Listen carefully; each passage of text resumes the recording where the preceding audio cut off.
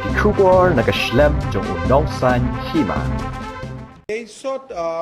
On 23rd, I will meet Chief Minister of Meghalaya to resolve amicably the border dispute between Assam and Meghalaya.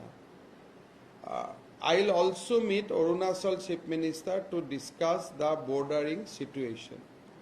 Nagaland issue is in Supreme Court. Regarding Assam-Mizoram border, the situation is not very conducive. It is almost eyeball to eyeball confrontation is going on in Hailakandi, Karimganj and Kasar district. So definitely there are some Union Home Secretary has also recently discussed with both the Chief Secretary of Assam and Meghalaya, Assam and Mizoram to resolve the crisis. But as of now, the situation in Assam-Mizoram border is still fragile. Can we expect that I think we can expect some headway on Assam-Meghalaya and Assam-Arunachal front, but I do not expect any immediate result on Assam-Mizoram border.